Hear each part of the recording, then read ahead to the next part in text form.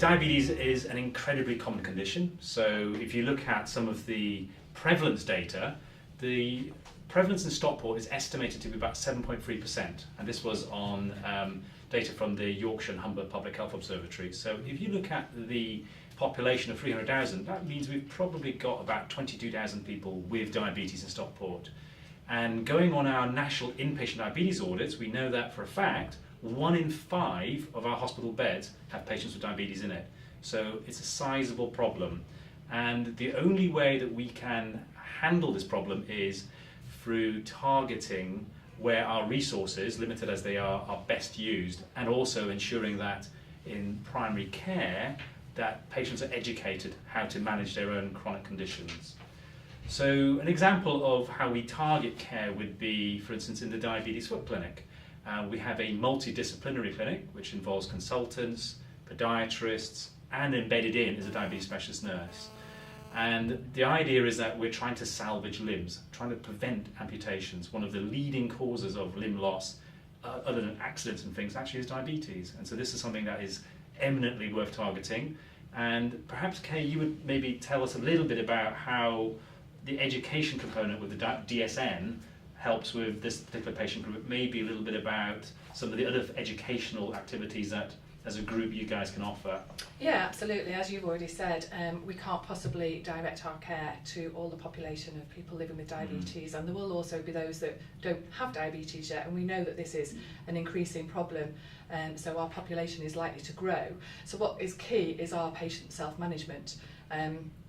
In all our clinical assessments and our work with patients, we are trying to support them to self-manage their condition, short-term and both long-term, because we want to, essentially in the short-term, prevent hospital admissions with such things as hypoglycemia, diabetic ketoacidosis.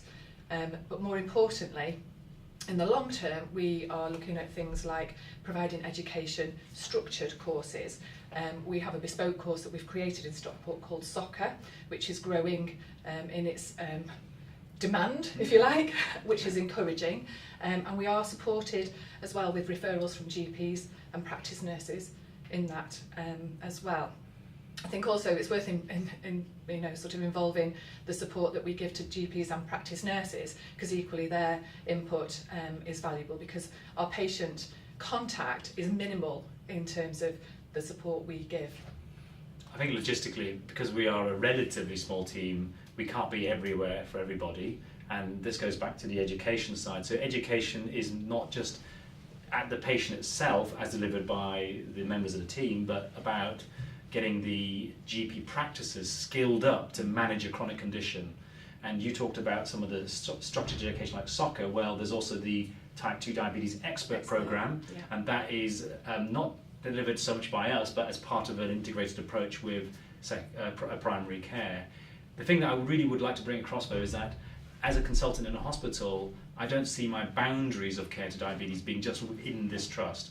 I think we're very much an integrated team and always have been, working closely with our podiatry colleagues. They are our eyes and ears, for instance, looking for the people at high risk of foot ulceration amputation, bringing them into the hospital when need be, but also allowing us to discharge safely into the community. And likewise with the patients who we pick up who are newly diagnosed, we can rest assured that we know that our DSN team who rotate between primary and secondary care can give a seamless delivery of care, hopefully, to the patients who we pick up here and then discharge back in the community. So it's a two-way process, basically, between primary and secondary care, and that's the only way that we can cope with the patient or workload that we've got. We are Diabetes UK, and we're tackling the biggest health threat of our time. Every 3 minutes, someone is diagnosed with diabetes. 3.8 million people in the UK already have it. Around 10% have type 1, and about 90% have type 2. But there are also a staggering 7 million people at high risk of getting type 2 diabetes. Male or female, young or old, diabetes can happen to anyone, and the effects can be devastating.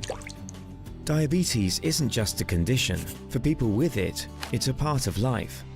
It can be the roller coaster of emotions, the daily jab of needles or remembering to take medication, the constant pricking your finger for blood tests, the threat of dangerously high or low blood glucose levels, The watching everything you eat and keeping active. The knowing that if you don't keep on top of it all, it can make you go blind, lose a limb, suffer a stroke, or trigger a heart attack. And the realization that there is no cure. At Diabetes UK, we offer expert advice, advocacy, and emotional support to help people manage their condition. And our close work with healthcare professionals means we can help them help their patients. We're alerting the millions at high risk of type 2 diabetes to the ways to reduce their risk. And we help people share their experiences with others in similar situations by connecting them with the growing community. Our campaigns help make sure people are diagnosed sooner and get the care and treatment they need. Not only that, we also fund pioneering diabetes research that is making strides towards a cure. We are the leading diabetes charity and the largest charitable funder of research in the UK.